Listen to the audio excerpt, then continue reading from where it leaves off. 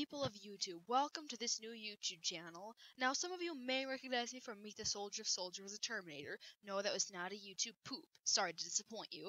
But here's the thing.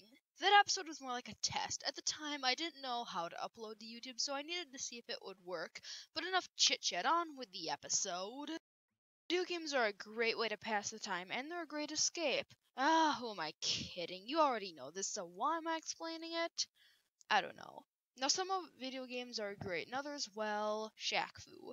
Now, most of my lists will be about video games, so I think you should know my top 10. Now, only one game per franchise. That clear? We ready? Alright, let's do this.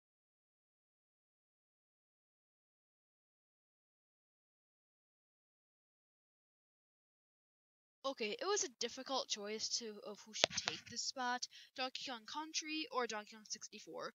Both great games with great music, lots of charm, creative level design, and cool bosses. But on closer evaluation, I think Donkey Kong 64 takes this spot.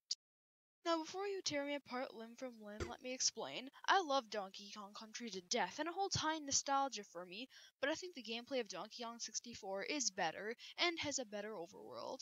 Now, that's out of the way, let's talk about DK64 itself. Over the course of the last 3 Donkey Kong Country games, you took control of Donkey Kong, the strong one, Diddy and Dixie, the high-jumping, speedy ones, but Dixie can spin her hair to stay in the air longer, so that's something, I guess. And Kiddy Kong, the crappier version of Donkey Kong. In this game, however, you take control of Donkey Kong and the balanced one, Diddy, the fast one, Tiny, Dixie's twin sister who functions as a slower Diddy, Lanky, whose arm length could put that of Noah Venal to shame, and Chunky, the derp of the game, but also the strongest. Yes, even more than Donkey Kong. As for the plot, King K. Rool wants to, once again, take over DK Island. Of course! Trust me, that number's gonna go up big time. However, this game adds a new gameplay element, the ability to buy items from Cranky after you beat the last world and get enough coins. The same goes for Candy Kong's musical instruments, Funky's guns, and Snide's blueprints. This adds a new element to the game that makes it rather fun. And yes, I am aware that Donkey Kong Country 3 did do something like this, but here they're pretty much going all the way with it. And finally, Cranky does something other than nag you.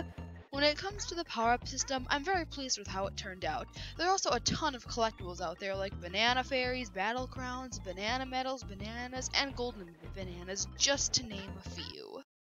Now, some people may call this a Banjo-Kazooie ripoff, but I never actually played Banjo-Kazooie, so I don't have that problem.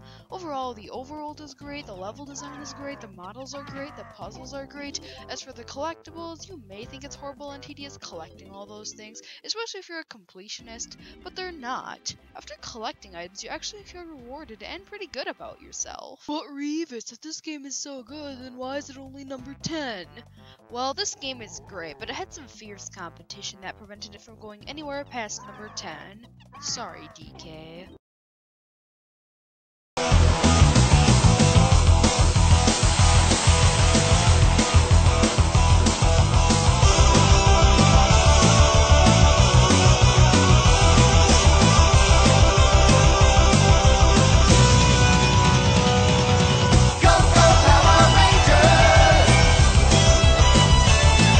Select a mission, you play a mission, you beat a mission, rinse and repeat until you're done with the game.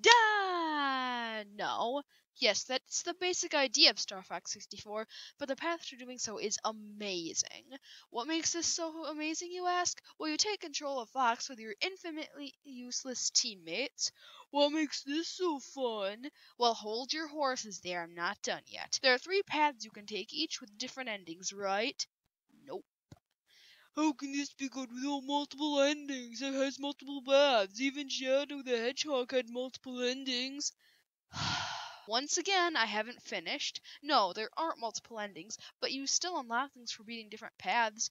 Now let's talk about the paths themselves. There's the easy way, that one's self-explanatory. The hard one speaks for itself, once again. And the normal one, then is the not too easy one, but not too hard one. There are different objectives you need to complete in order to take these different paths, or you could just do what I do and mix the paths. There are traditional bosses, usually consisting of big ships or mechs, but other time the developers get creative and throw a robot or Star Wolf at you. The level design is great, the environments are really creative, and it's just fun. Is there really any other way to describe it? And sweet sassy molassy the music.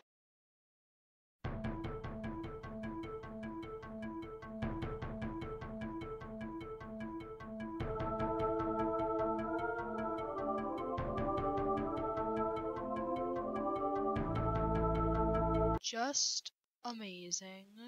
Barrel roll. Flippy, get back here. Flippy, watch out. Full barrel roll. Everybody stay alert. You've got an enemy on your tail. Use the barrel roll. Enemy Barrel roll. analyze. Do a barrel roll.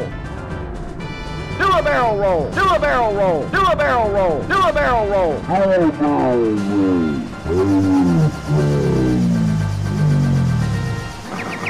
My Emperor! I failed! A barrel roll. I'm sorry, I just had to. God of War is a franchise that I take a great liking to. The great combat system, the imaginative puzzles, the godly soundtracks. Yes, I do realize I have made a bad pun. All of it is just great, but which one is the best? Well, since I haven't played Ascension yet, 3 continues to be my favorite. I won't be talking about the story to avoid spoilers. You owe me. Let's tackle this game one step at a time, starting with the soundtrack. It doesn't have much variety and is mostly orchestrated, but it is very well done. So much so that I forget that it doesn't have much variety. As for the characters, you have Kratos, the gods you haven't killed in previous games, and the Titans. All of them look cool and have personalities to match. Now let's talk about the most important aspect of any game, the gameplay. The combat system is well done, and you can use red orbs you get from killing people to upgrade your weapons and get new combat moves. I do have a small complaint with the combat system though. While satisfying, the combat it doesn't flow well. It's a minor complaint, mind you, but it's a complaint nonetheless. There are also magical abilities that vary with each weapon you get, and the more powerful you upgrade the weapons, the more powerful they'll be. Simple as that. There are also green orbs and blue orbs to replenish your health and energy.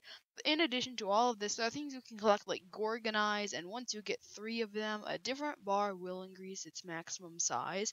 There are other things you can collect like Hades' Helmet, Zeus' Eagle, and quite a few others that give bonuses the second time you play through the game with them if you want them to. Speaking of playing through this game, let's talk about its replay value. It has a lot of it, and the new items will keep things interesting. The puzzles are really creative and well done too. But the best part of this game are the bosses. With the exception of that random scorpion, they're all really fun. And let me tell you, the way Kratos kills some of these bosses are so brutal they would put Mortal Kombat's most brutal fatalities to shame. On a side note, Kratos is also in Mortal Kombat 9, fact of the day. You can also take weapons from bosses once you kill them, and they're really fun to use. However, this game does have one glaring issue that prevents from getting any higher. After the fight with Kronos, the game just gets boring. Maybe it's just me, but the later levels, puzzles, and bosses just aren't as fun, so when I'm replaying this, usually after I beat Kronos, I just delete that file and start over. Guess every game has a few negatives, huh? Also, this game has probably the best game over screen I have ever seen in any game, period. Remember back when I complained about God of War 3 not having a combat system that flows? Well, Assassin's Creed 3 has a good flowing combat system. Also, I haven't played any Assassin's Creed games that came out after 3.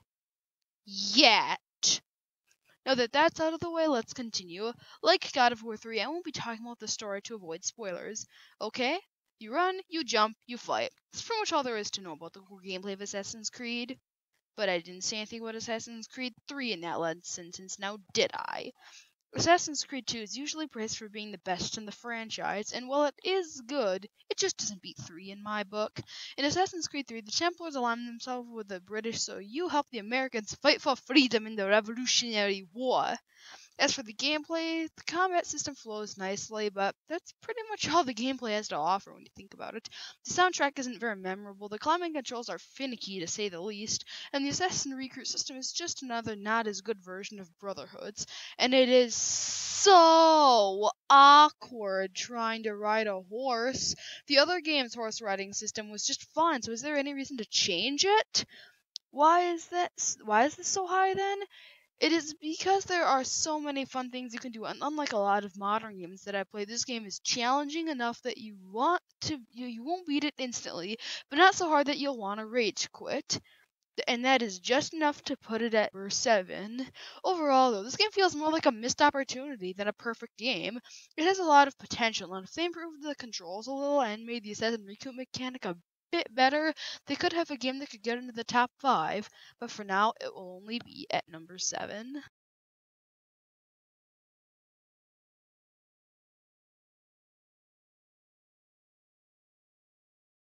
Number 6 is Spider-Man 3 for the PS2. It has a satisfying combat system, a good upgrade system, and I'm all for Bruce Campbell as the narrator, but that's not what gets it into the top 10. What gets it in the top 10 is that beyond addicting gang war conquest mode thing. That's all, folks. Missed Looney Tunes of opportunity. Usually when people think of great Star Wars games, they think of Star Wars Shadows of the Empire for the N64. I'm not gonna lie, that game is fun and revolutionary, but I'll take Battlefront 2 any day. When I first played Battlefront 2, I thought it was horrible. I could never win, I thought the gameplay was repulsive, and above all, I thought there were so many things you should be able to do but couldn't. However, as the hours I spent playing this game stacked up, the more I realized this is a game that is true to the Star Wars universe. This is a game that if I learned to play well, I could take a great liking to, and boy, I had no idea how right I was. The space and land battle mechanics are very well done, but on top of everything, the conquest mode is what really shines. The gameplay mechanics are incorporated very well into this, and it adds new features on its own, like the ability to purchase bonuses and purchase new trips that you can use in battle. The soundtracks are taken right from the movies, and boy, do they sound as good as ever. This game can get very repetitive, though, but that's what I have Spider-Man 3 for.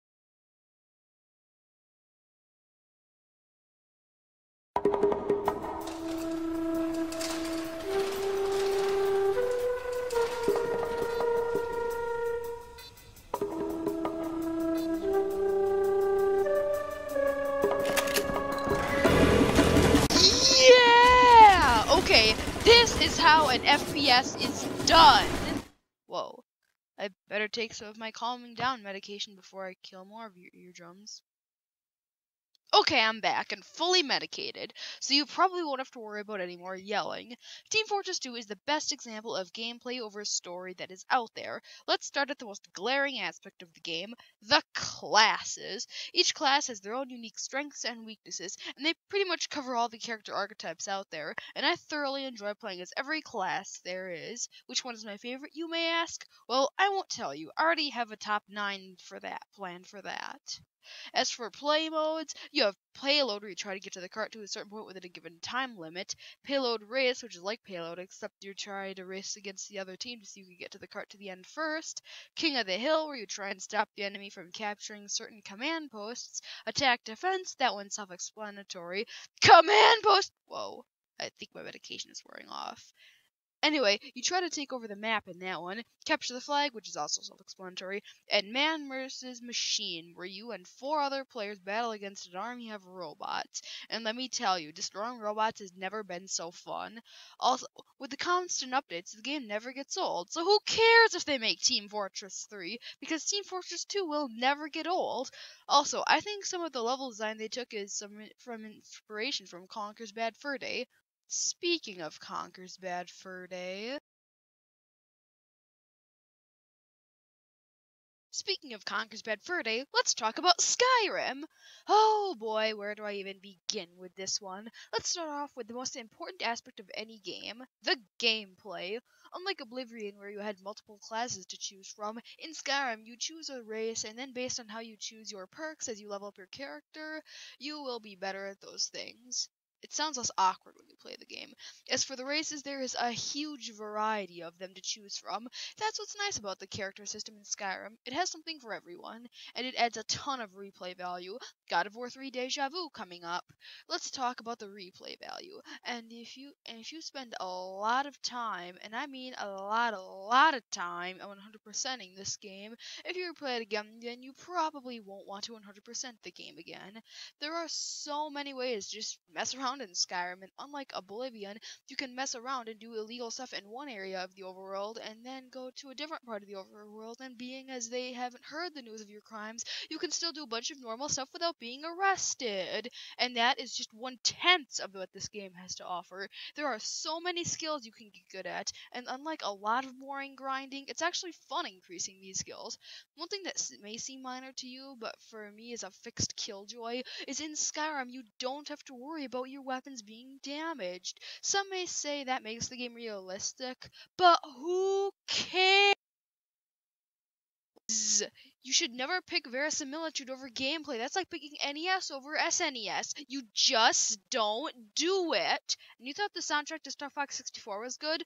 Please. The soundtrack of Star Fox 64 pales in comparison to the soundtrack of this game. And that's not even scratching the surface. There's weapons and armor you can collect to boost your stats. There are literally dozens, maybe even hundreds of side quests to do. The overworld is beautiful, and while tedious, is fun to explore. Even the story, while cliche, is still very interesting to me, because I always thought dragons were a cool concept. I could go on for another 10 minutes about everything good in this game, but I just gotta move on. Alright, now it's time to talk about Conker's Bad Fur Day. I think some people just looked at me funny because I put Conker's Bad Fur Day above Skyrim, but that won't stop me. Conker's Bad Fur Day was originally intended to be another kitty game called Conker's 12 Tales, but there are some modifications. It turned into possibly the naughtiest game on the N64, and it is awesome! The graphics, while laughably outdated by today's standards, were, for the time, cutting edge. If it isn't obvious, this game isn't meant to be taken seriously. I mean, come on, a red squirrel who has a few too many wakes up in a field and goes through every movie scenario ever, while a Panther King and its minions are trying to hunt him down to fix his table so he can drink his milk without falling. I mean, come on, if you think that's meant to be taken seriously, then you're nuttier than squirrel poop. But gameplay is where this masterpiece really shines. First, let's talk about the overworld. It is cool, but what makes it really great is that as you complete different objectives, because of your actions, the environment will change. This gives me a sense of accomplishment, because whenever I look at that bullfish smashed into a wall, for instance, I smile and think he is there because I used my skill to outswim him, and it also gives me a sense of progression. And I'm aware that many games that try to replicate those two feelings, but they haven't even come close. The music is fitting and memorable. By the end of the game, you'll pretty much love to hate almost every character that was in this game. Then there's the multiplayer. There's a selection of surprisingly fun games you can do. My personal favorite is the one where you have to get to the sharks while the Ted is, just don't ask, try to shoot the living daylights out of you. Both sides are very fun to play in that minigame. There is also a dynamite switch on a hill, and it is an easy target for the Teddies to shoot you, though, so be careful. Also, it can lead to some really funny moments when you're playing with friends. There's also a race, which is the equivalent of Sonic Free Riders without motion controls. A tank game where you shoot the living daylights out of other tanks. Heist where you're criminal weasels trying to break into a bank and rob it in competition with each other. And then there is war, where the squirrels fight the teddy bears with weapons and chainsaws. Imagine if you could kill teddy bears with chainsaws in other games. Would have made Five Nights at Freddy's a lot easier. That covers the multiplayer, but I am not quite done with the single player. How do you replenish your health? Well, I'll let this clip tell you that. I love chocolate, but I can't eat it because then I'll get fat. But it's so good. You can jump and hover with your tail, and for some reason Conker pulls whatever he needs out of his I'm not even gonna touch that one. Oh, I'm sorry, not for some reason, because of context sensitive. I love this game, I really do, and I was looking forward to a sequel until Microsoft got their hands on Rare, and then they canceled a potentially great sequel and made a crappy remake of it. Seriously, Microsoft needs to give back everything they bought, recall Xbox, and get out of the gaming world. Everything Microsoft offers, Sony can offer too, at a cheaper price. Microsoft, everything you touch dies, so go back to perfecting computers.